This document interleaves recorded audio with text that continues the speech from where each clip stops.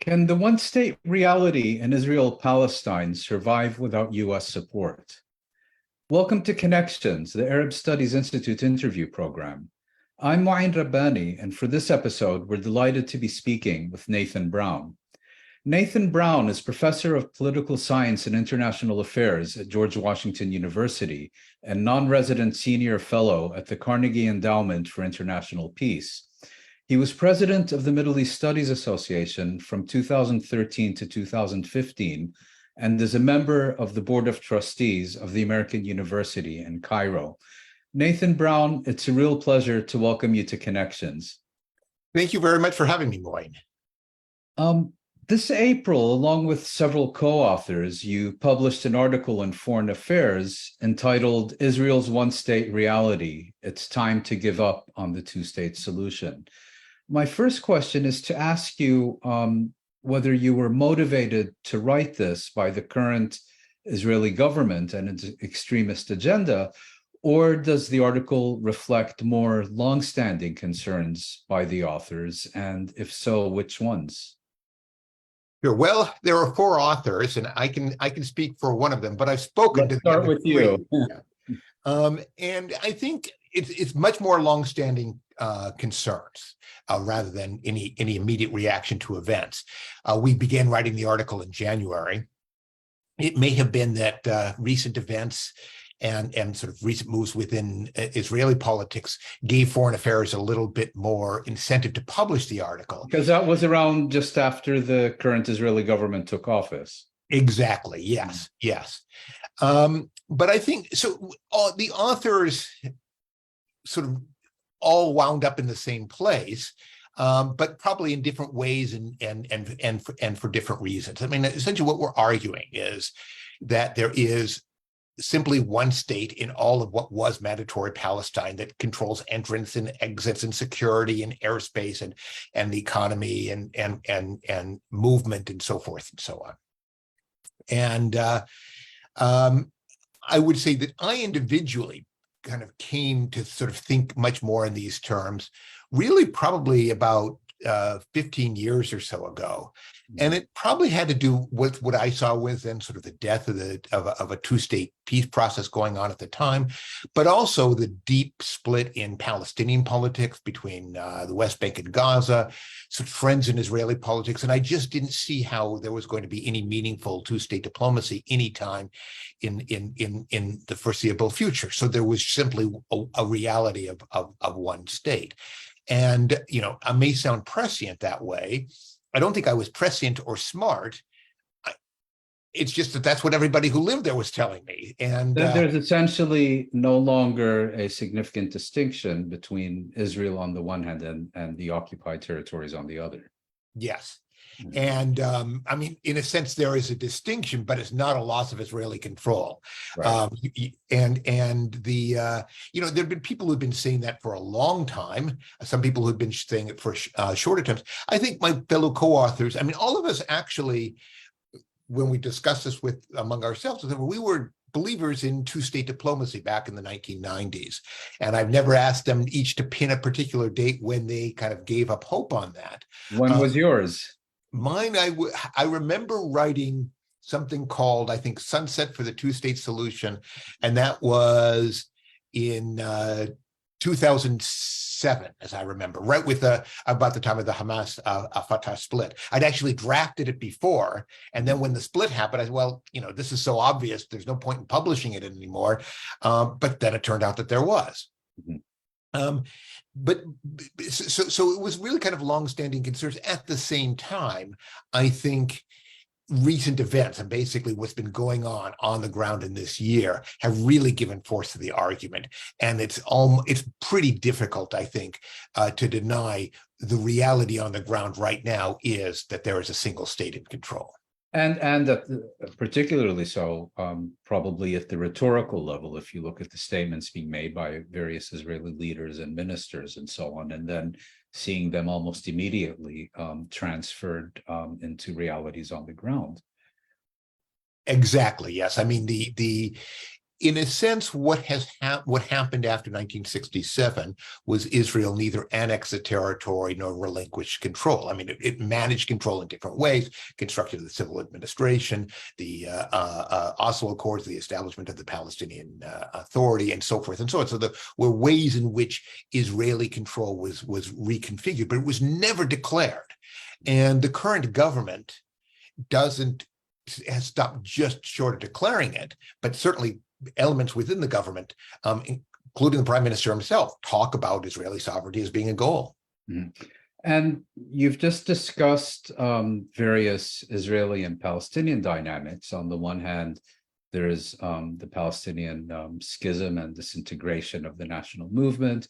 In your article, you also, you and your co-authors go extensively into the phenomenon of creeping annexation and apartheid. But another issue that you address in this article is that of the US role. And to quote from that article, you state, "The United States bears considerable responsibility for the one-state reality," end quote.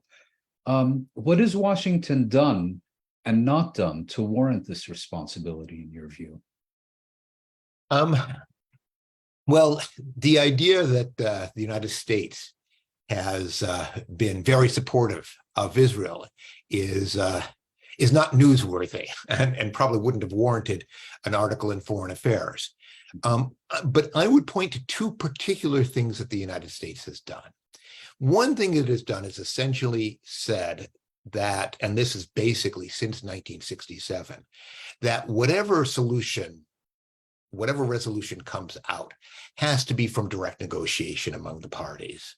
And, which in a sense makes sense, but then follows that on by saying, and anything else other than direct negotiation makes no sense. So that means essentially you created, I mean, this will be a strong term, but you created a legal Guantanamo or diplomatic Guantanamo. International law doesn't apply. Security Council, please pay attention to other things. If there's a strong consensus and an Israeli-American agreement, then we might get a limp Security Council resolution.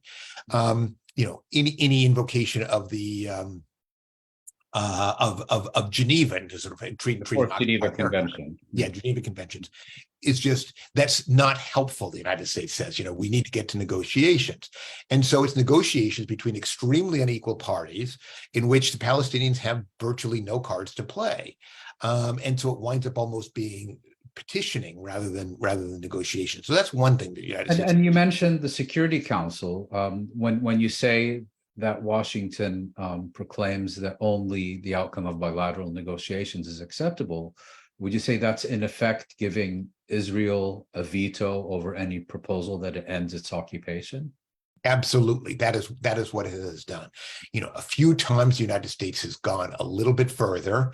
Actually, it's gotten probably more timid over the years. There were some times in the Carter administration, the end of the Obama administration, when the United States clearly did not cast a veto when Israel would have liked it to. But for the most part, even the last couple of days when the United States announced that it would no longer consider Israeli educational institutions, scientific institutions on the West Bank as eligible for American funds, they deliberately stepped back from mentioning Geneva Conventions or the illegality of settlements or anything like that. They simply won't go there. Mm-hmm. So that's one thing the United States has done. The other thing that I think, and it's connected with that, it's perhaps a little bit more recent, is that the United States has used the two-state solution as really as an excuse for doing anything. And that's actually a little bit odd. I mean, you look at after 1967, the United States would not use Palestine. American officials would not use Palestine as a proper noun. It was difficult for them to even refer to Palestinians as a people. By the end of the Clinton administration, there were Palestinians. At the beginning of the Bush administration, there was Palestine. Respective Palestinian states. Yes, but my favorite example is a couple of years earlier when Hillary Clinton mentioned the term Palestinian state as a possible outcome of negotiations, the White House repudiated her, saying she doesn't speak for it. She just lives in the White House at the time. And so the United States. This is during the Clinton administration, not when she was Secretary of State. No, not when she was Secretary of State, they went forward, right? And so that was Bush's innovation, and the Obama administration picked it up. In a sense, I think the Trump administration withdrew from that, but all along the two-state, anything that detracts from two-state diplomacy, from a two-state solution, is unhelpful. So again, the Palestinians talking about applying for statehood, applying for membership in the United Nations, applying for membership in UN organizations. I mean, a lot of this is essentially Palestine trying to become a member of an international community, the basic structures of which were built in part by the United States. And so that's been extremely unhelpful. It's been using the two-state solution really as an excuse for not doing anything in terms of creeping annexation. So is your argument that the United States has used two-state diplomacy, or what you would presumably refer to as the illusion of two-state diplomacy, as a pretext not to address transformational change on the ground that has made the objective of that diplomacy impossible? That's exactly the case. I mean, a week or two ago, this article came out from Dahlia Scheindlin and Yael Berda, which went through in much more detail than any of the contributors to the foreign affairs piece, and the others would have had the ability to do, showing just how thoroughly annexation has worked itself. This was in Foreign Policy. It was published in Foreign Policy, I believe. Yes. Turning now to the present, how would you assess the Biden administration's policy towards this issue, particularly in view of the numerous developments in the region we've witnessed in recent months and recent weeks? And perhaps it would be interesting because the Trump administration was seen as somehow a rupture with previous administrations, whether you feel there's been a significant change in the Biden administration's approach. And if not, would it then perhaps be more accurate to describe Trump not so much as a rupture, but as a logical culmination of the policies of U.S. administrations that came before it? Yeah. I mean, in some ways it was a culmination, but it was a depart. I'm talking first about Trump. Yes. But in some ways it was more open and more honest. Mm-hmm. It was, it wasn't just simply moving the embassy to Jerusalem, a recognition of the annexation of the Golan and so on. There was basically announcement from some Trump administration officials, mm-hmm. essentially saying Palestinians aren't a people. There are people who live here and they are Palestinian, perhaps that's in an adjectival sense, but there's no Palestinian people. There's no Palestinian national movement to negotiate with.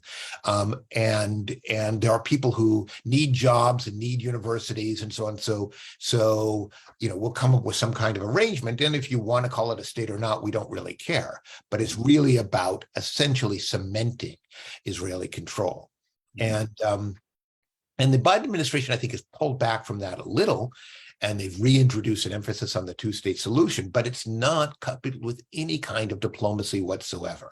The last real meaningful diplomacy between the Palestinian leadership and the Israeli leadership took place when John Kerry was Secretary of State, and even calling that meaningful maybe right. Yeah. But I'm thinking, sorry to interrupt you, but I'm thinking also of the specific measures that the Trump administration took, some of which you just mentioned. Have any of these been reversed by the Biden administration? The only one I'm aware of is a resumption of funding to UNRWA, the United Nations Refugee Agency. Yeah.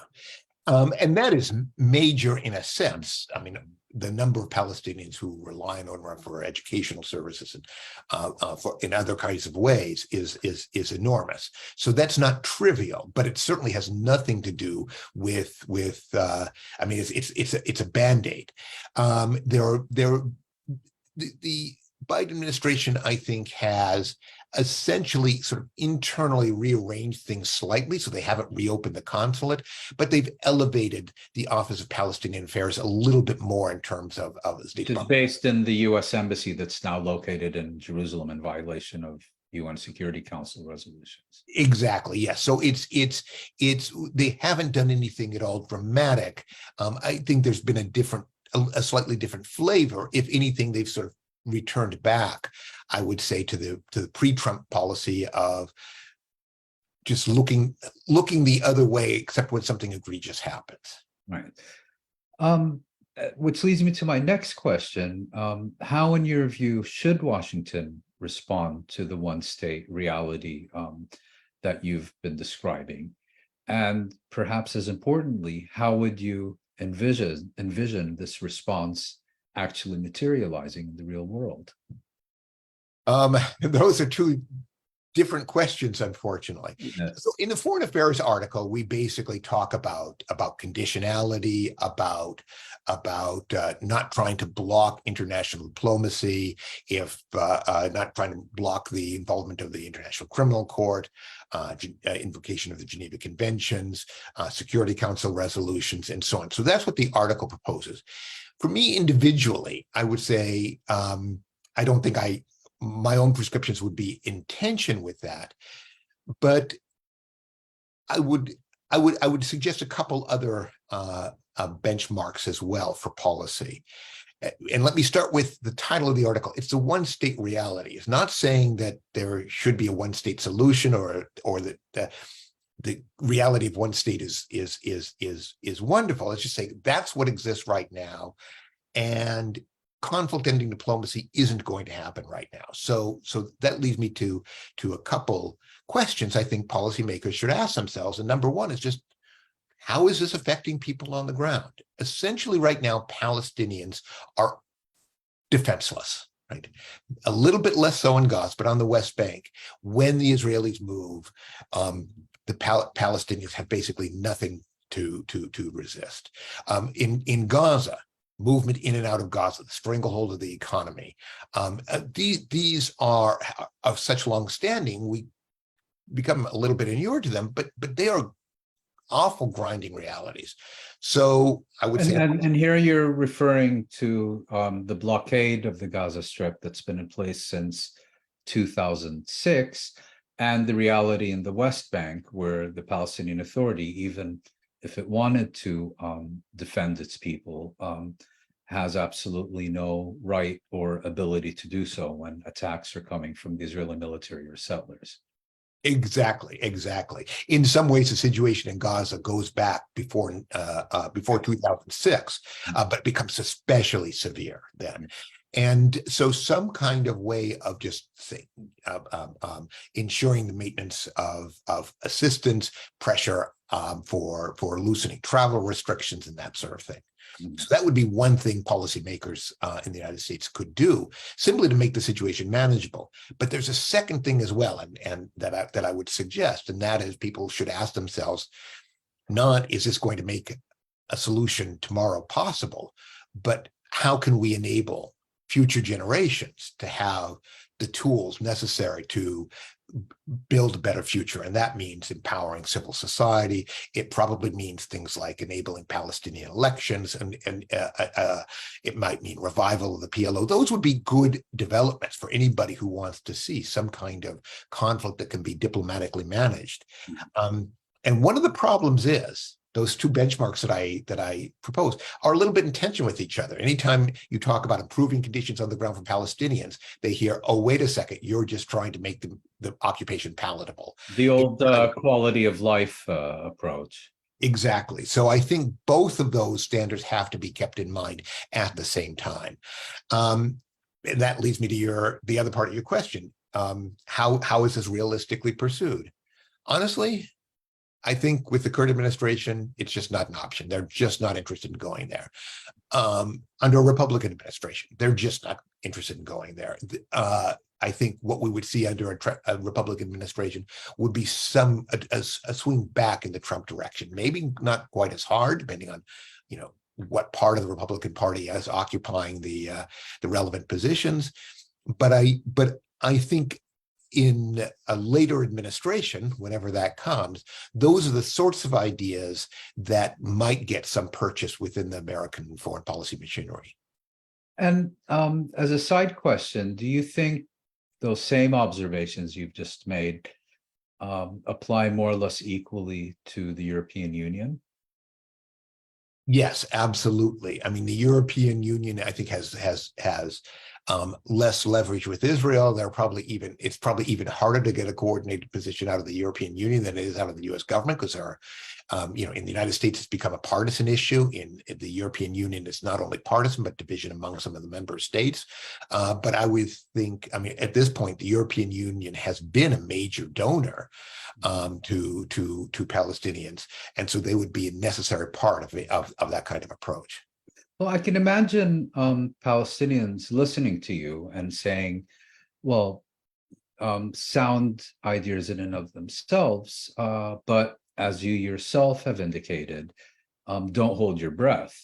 And that therefore, perhaps a significant part of the problem is that Palestinians have engaged with the United States, have engaged with Brussels, have engaged with London in order to try to resolve these issues. And yes, the US is extraordinarily powerful.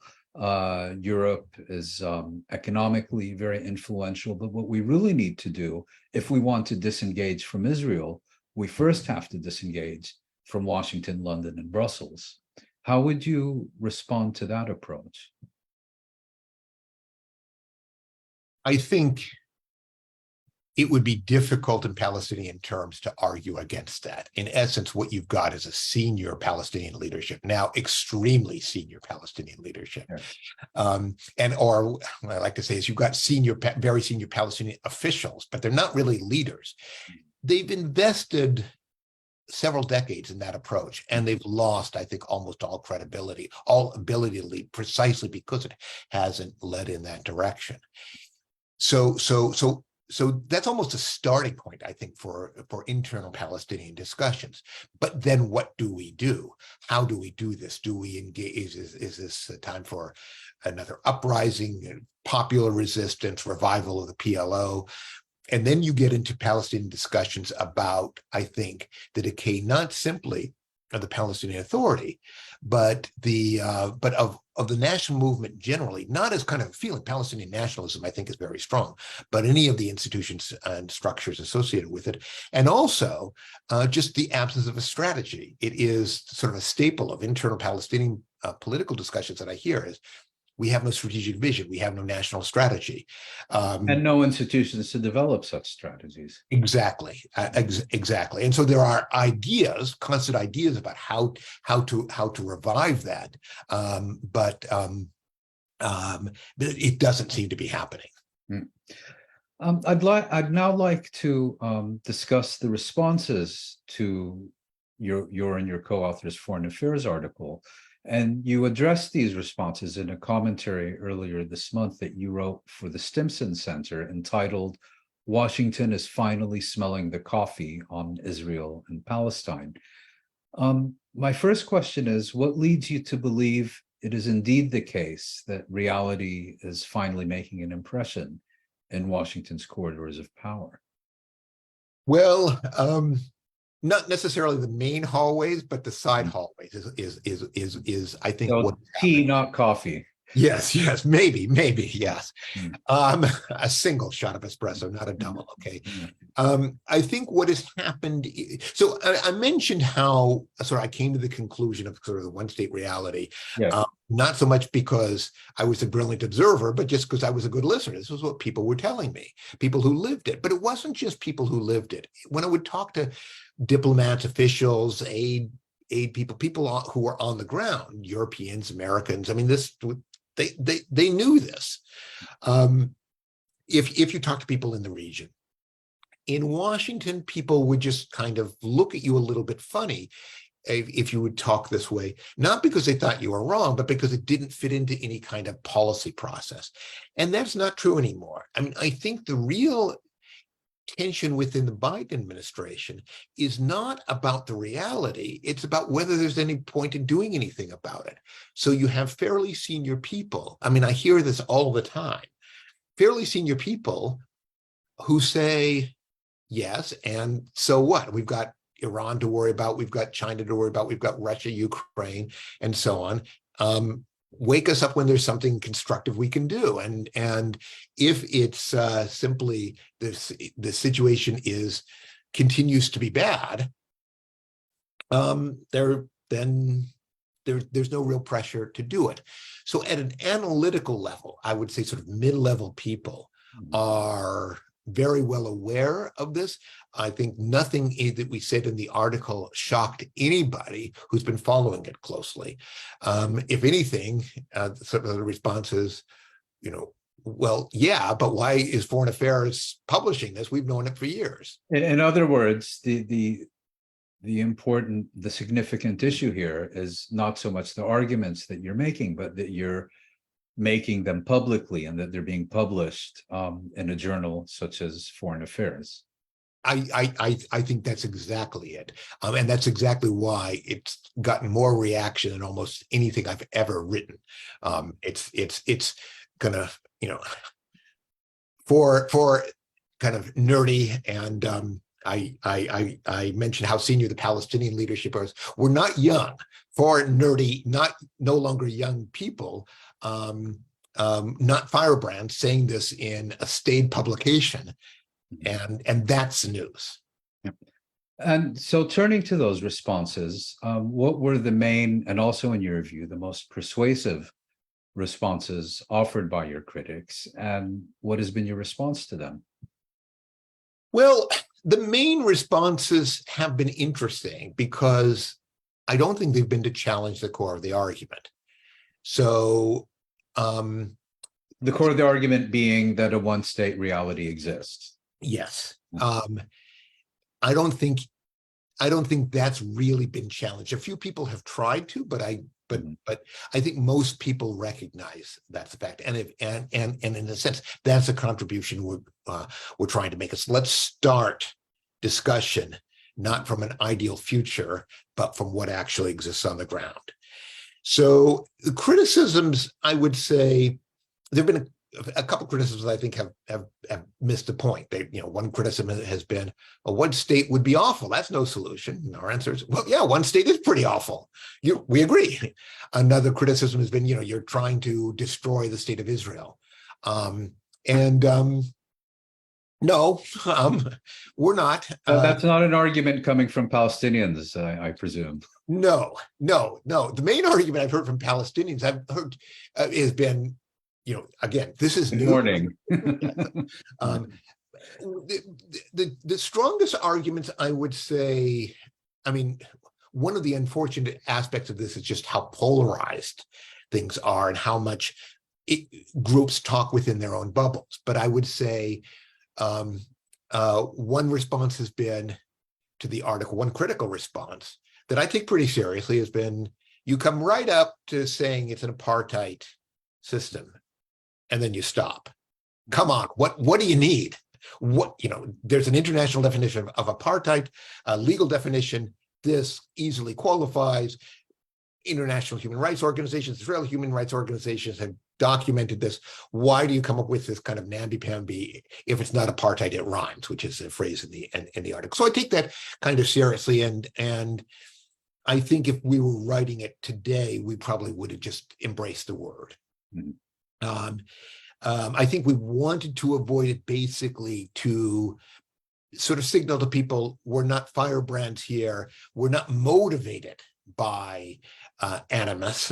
We come to these conclusions sort of sadly and reluctantly. So that's one criticism. The other criticism, I would say, from people who are critical of the article from the other perspective is, hold on a second, you're ignoring Palestinian agency. The Palestinians have some role to play. You're placing all the onus on Israel. And it's said usually in a way that I think is unpersuasive. It's said by people who then put all the onus on the Palestinians, including— and perhaps conclude in that famous dictum, never miss an opportunity to miss an opportunity. Yes, and they go even farther than that by saying, well, of course there's a right-wing government in Israel. The Palestinians effectively elected it. So the Palestinians are to blame for Israeli election results as well as their own fate. They're responsible for Israel's fate as well. But I think in one sense, what we're trying to do in the article is start with reality, not go back and rehash history. It's a particularly difficult criticism for me because I spent years of my life trying to probe Palestinian politics, write about, I wrote a book saying, okay, let's just pretend Palestine is a state in the making that just could be in the middle of the Pacific Ocean, it could be in Europe. How are Palestinians making the decisions that they are? And in retrospect, I'm thinking, that wasn't all that smart an approach. No, Palestinians. That's in the middle of Israel. Yes, they do have some agency, but the fundamental contours are being established by Israel right now. If you stop anybody in this territory and say, how do you get from point A to point B? We're inviting you to a conference in Brussels, can you come? The first question has to be, what passport do you have? What citizenship do you have? What airport can you use? What bridge can you use? And so forth and so on. And to talk about this as a situation in which Palestinians have lots of choices, yes, there is some Palestinian agency. And yes, there are things which we've already talked about. There are ways in which Palestinian ability to pursue any kind of strategy have atrophied. But that's not where the center of the analysis should be. And how about responses to the prescriptive aspects of your article? That's been actually the strongest. So one interesting thing is that I would say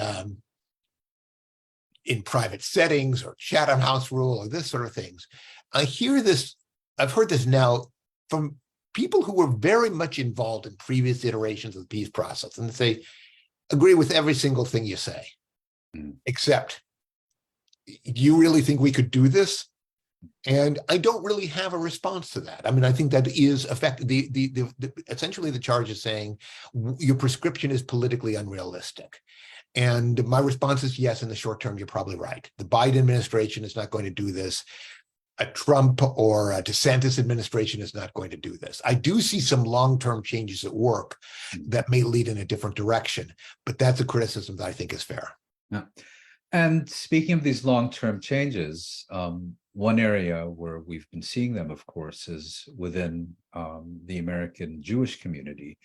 And I'd now like to ask you about a different but very much related subject. And in a lengthy article you published together with Daniel Nirenberg in Plus 972 magazine this month, you conclude that the American Jewish establishment's agenda of centering American Jewish identity around unquestioning support for Israel and its policies is no longer a successful strategy for this leadership and is today causing ruptures rather than forging unity within the American Jewish community. And in this article, you also discuss this establishment's instrumentalization of what you term anti-Semitism to prioritize support for Israel. And finally, you refer to the Biden administration's recent publication of a definition of anti-Semitism. So with that long prelude,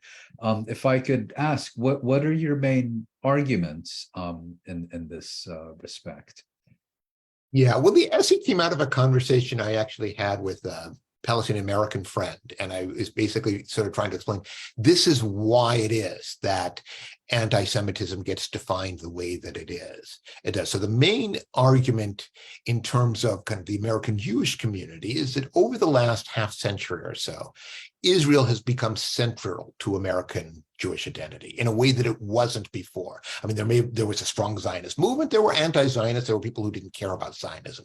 But especially after 1967, you see this pronounced change, or I should say gradual change, that you really have to be within the community. And I am to have seen this happen, pronunciation changing. If you go to a synagogue, Ashkenazi pronunciation being mainstream half a century ago, now it's an Israeli pronunciation of Hebrew. I mean, I could go through a whole host of ways in which Israel experiences have become central. And the American Jewish leadership came to realize, there was a lot of hand-wringing in the 80s and the 90s. Are our children going to be Jewish? Are our grandchildren going to be Jewish? It was almost that America was too friendly a place. You can have whatever you want here. Why be Jewish? This is divorced from the Israeli angle, what you're now referring to. Well, it got married to the Israeli. Yes. Because this is exactly what they discovered was, hold on a second, there are a few things that actually predict lifelong Jewish commitment. And one of them is a trip to Israel. So we'll send everybody. And this is birthright. The birthright program was designed specifically for them after some study by sociologists that revealed this. And so it made Israel really central. And the problem is, I think that worked. It worked for a number of reasons, but it's beginning to not work anymore with the younger generation. There's a bifurcation among the younger generation of American Jews, and especially Orthodox tend to be very Israel-oriented and increasingly oriented towards the Israeli right. And which is in itself a significant development. Yes, it's an extremely significant development, and there are pockets of the extreme right that are anchored as much in parts of the American Jewish community as they are in West Bank settlements. And Trump's ambassador to Israel actually came out of that kind of environment. And then there's a sort of I would say, a mainstream non-Orthodox. Well, it's too diffuse to be mainstream, but much more concerned about domestic issues, social justice issues, and they're not necessarily completely disconnected to Israel, but the salience of Israel has gone way, way down, and seeing the way that the state of Israel treats Palestinians is a real concern for them, especially those who are into sort of social justice causes in the United States. So they see things like the BDS movement, and for the older generation, that is an absolute anathema. For the younger generation, that's a point of view that you've got to engage. And point out in the article, at this point in the American Jewish community, the percentage that are pro-BDS and the percentage that are Orthodox are the first is slightly larger than the second. And so putting Israel right at the top of this, at the center of the American agenda, and of the American Jewish agenda, and treating it as central doesn't work anymore. It alienates a lot of people, and it proves to be divisive. And I think you point out, I'm sure I'm misquoting you, but nothing works as counterproductively as an older generation telling a younger one how to think. Yes, that's me reflecting on my experience as a parent. Yes, right. And I've actually seen this with my own kids. Not just a general lesson, but the very specific one. That they're part of a generation that just is, if they're Jewish, they're not engaged so much in Israel. And so the response of the leadership of the Jewish community is, I think, a little bit of panic. And it's, wait a second, when you've got BDS movements on campus, when you've got, and a lot of the emphasis is on what happens with young Americans, and especially on university campuses, when you've got Students for Justice in Palestine or Jewish Voice for Peace, these people are, in a sense, challenging that reorientation of identity in a way that really is threatening. So it's, you used the word instrumentalization, and that's one I would probably avoid, because I think it's actually sincere. This really frightens that generation. And so what they're trying to do is essentially write into regulatory practice to treat those kinds of points of view as anti-Semitic almost by definition. And in this context, the Biden administration recently released a formal definition of anti-Semitism. Do you think it should have sought to codify a formal definition? No, and it actually didn't codify a definition. It was politically, I think, brilliant strategically, but it will be problematic for those who have to deal with it, because what the strategy did, the strategy on anti-Semitism, and there's a lot of kind of Just to correct myself, it released a strategy rather than a definition. Is that correct? exactly, yes. Mhm. So there's here's ways that major league sports leagues can combat anti-Semitism and that sort of thing, and here's the way educators can do it. But they did come to the issue of definition, and they were under enormous pressure.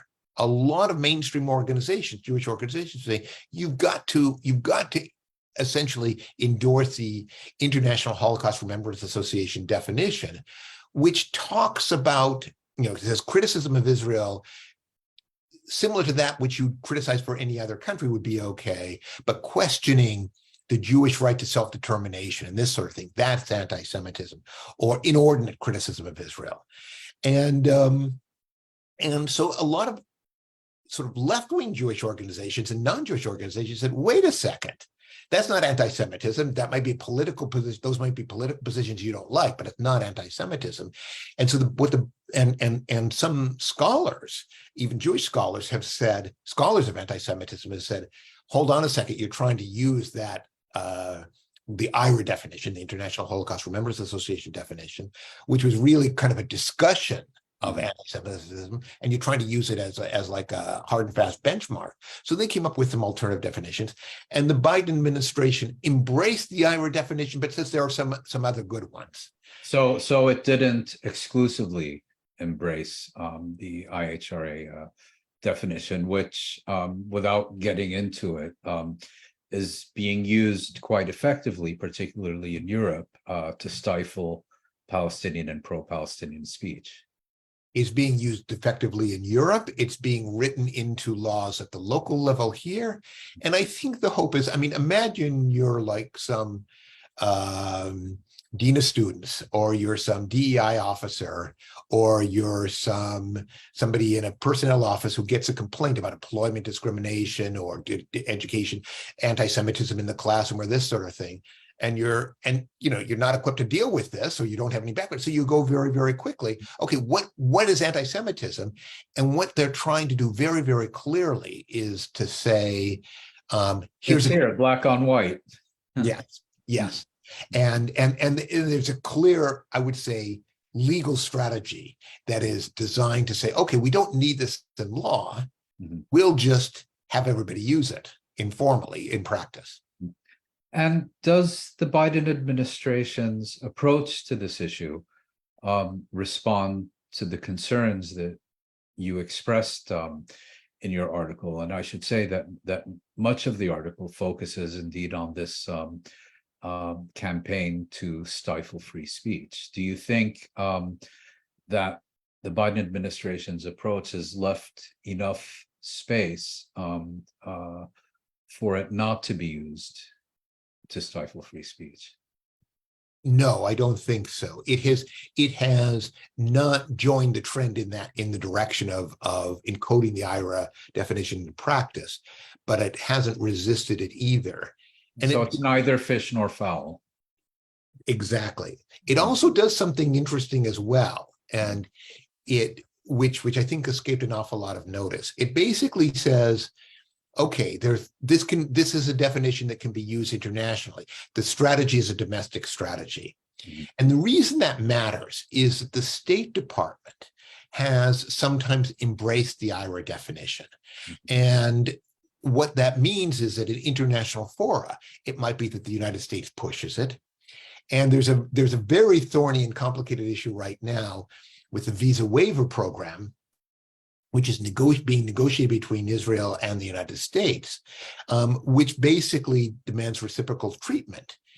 And by embracing the IHRA definition without completely adopting it, but by saying this can be used internationally, I can easily imagine Israeli officials to say, well, look, this is your definition, you've embraced it, and therefore anybody who is a member of an organization that has endorsed BDS is unwelcome in Israel, and so we're treating them consistently with the way that you treat them. We're answering the reciprocity demand, and the effect on essentially political critics of Israel being allowed to enter the country or the West Bank or Gaza could be severe.